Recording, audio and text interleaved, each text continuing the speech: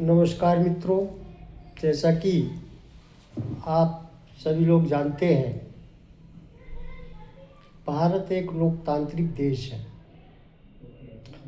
लोकतांत्रिक देश में हर वर्ग, हर समुदाय, हर पंथ, हर धर्म के सभी व्यक्तियों का बराबर अधिकार है।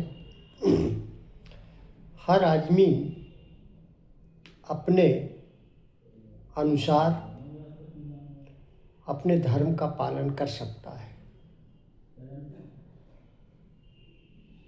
किंतु वर्तमान परिस्थितियों में देखने को प्रायः मिल रहा है कि कुछ ऐसे तत्व हैं, कुछ ऐसे लोग हैं जो जाति, धर्म, भाषा के नाम पर अनावश्यक उन्माद और विवाद पैदा कर रहे हैं। क्या यह बात जायज़ है? मैं जहाँ तक समझ पा रहा हूँ, ऐसा कदापि नहीं होना चाहिए। हर व्यक्ति को ये पूर्ण रूप से स्वतंत्रता होनी चाहिए कि वह अपने धर्म को अपने रीति रिवाज के अनुसार पाले। अब आती है बात सनातन की। सनातन किसी भी व्यक्ति की जागीर नहीं है। सबसे पहले आवश्यक यह है कि सनातन है क्या, ये जानना आवश्यक है। सनातन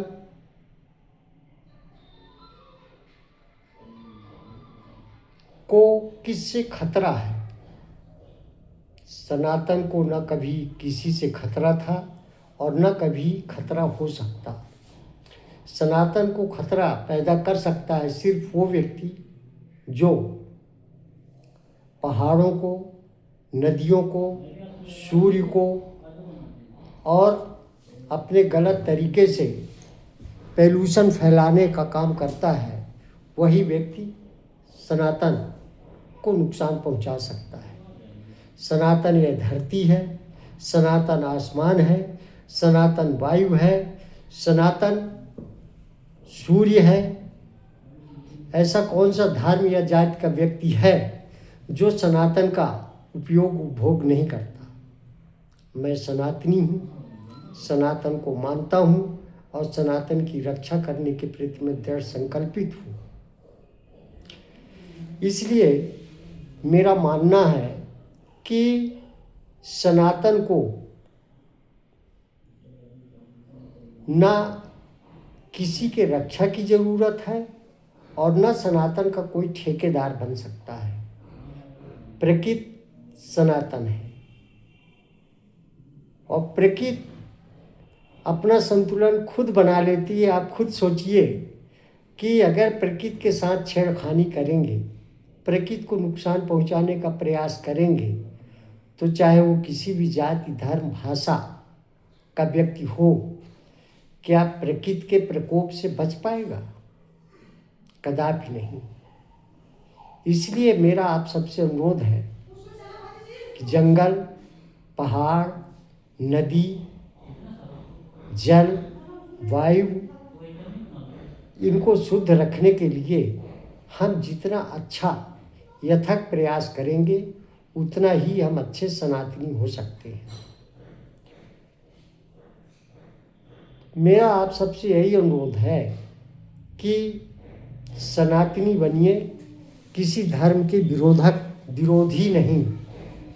सभी मानव धार्मिक रूप से पूजा अर्चना विश्वास के अनुसार करता है, उससे एक आत्म शांति मिलती है।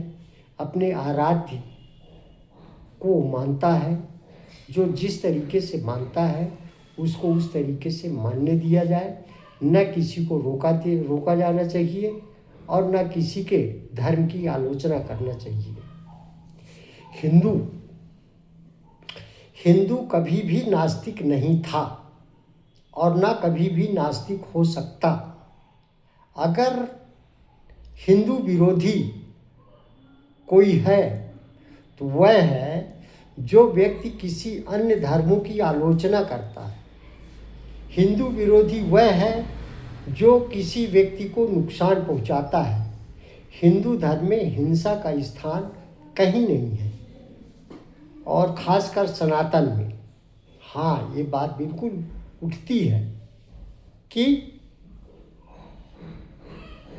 शास्त्र और शस्त्र दोनों की आवश्यकता पड़ती है, किंतु शस्त्र कब उठता है? शस्त्र तब उठता है जब सारे मार्ग समाप्त हो गए हों, हर संभव प्रयास शांति और सद्भाव के प्रति असफल हो चुकी हो। उन परिस्थितियों में शस्त्र उठाया जाता है। जैसे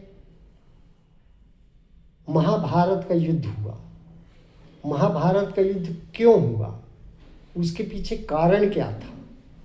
उसके पीछे कारण था एक न्याय और अन्याय, किसी के हिस्से को छीनने का प्रयास। उसके बावजूद भी भगवान श्री कृष्ण ने हर संभव प्रयास किया कि इस युद्ध को टाला जा सके।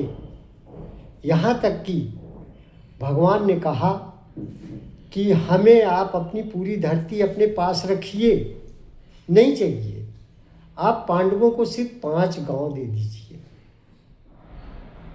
तब दुर्योधन अपने अहंकार में डूब करके बोलता है कि मैं सुई के नोक के बराबर भी धरती नहीं दे सकता। उन परिस्थितियों में युद्ध हुआ था। यह युद्ध किसी धर्म के प्रति नहीं था, किसी जाति भाषा के विरोध में नहीं था। यह युद्ध एक पारिवारिक युद्ध था, न्याय के लिए था, धर्म की स्थापना के लिए था। युद्ध अगर आवश्यक है तो हमें धर्म की स्थापना के लिए ही युद्ध करना चाहिए, न कि कौन क्या खा रहा है, कौन कैसा सो रहा है, किसका कौन आराध्य है, कौन अल्लाह को मानता है, कौन राम को मानता है, कौन शिव को मानता है, कौन हनुमान जी को मानता है, कौन पैगंबर को मानता है, कौन किसको मानता है। इस आधार पर किसी का विरोध करना, किसी के प्रति विवाद उत्पन्न करना कतई समाज की दृष्टिकोण से देश की शांति के लिए उचित नहीं है। मेरा आप सभी से यही अनुरोध है कि आप वो करें जो वास्तव में हित में हो, जनहित में हो। चाहे आप अपने धर्म को ले लीजिए। हमारे धर्म में क्या लिखा है? पापाय परपीड़नाय पुण्याय परोपकाराय। पाप है दूसरे को पीड़ा पहुंचाना, पुण्य है परोपकार करना। यहाँ कहीं नहीं लिखा है कि सिर्फ आप अपने स्वजाति स्वधर्म के व्यक्ति का ही हित करो, उनकी चिंता करो। ये कदापि नहीं लिखा है। इसलिए मेरा आप सभी से अनुरोध है कि आप सब लोग सच्चे सनातनी बनिए, वायुमंडल की रक्षा करिए, पॉल्यूशन को रोकने का प्रयास करिए। यही मेरा आपसे अनुरोध है, यही मेरा आप सभी को संदेशा है। ज़्यादा से ज़्यादा आप प्रयास करें वृक्ष लगाने का, अपने बच्चों को सद्गुणी बनाने का, एक अच्छे समाज के निर्माण के लिए। यही हमारी देश के प्रति, राष्ट्र के प्रति सच्ची श्रद्धा और सच्ची सद्भावना होगी, यही देशभक्ति होगी। हमें राष्ट्र की एकता और अखंडता को हर परिस्थितियों में कायम रखना होगा। धन्यवाद। जय हिंद, जय भारत। आप सभी को पुनः नमस्कार।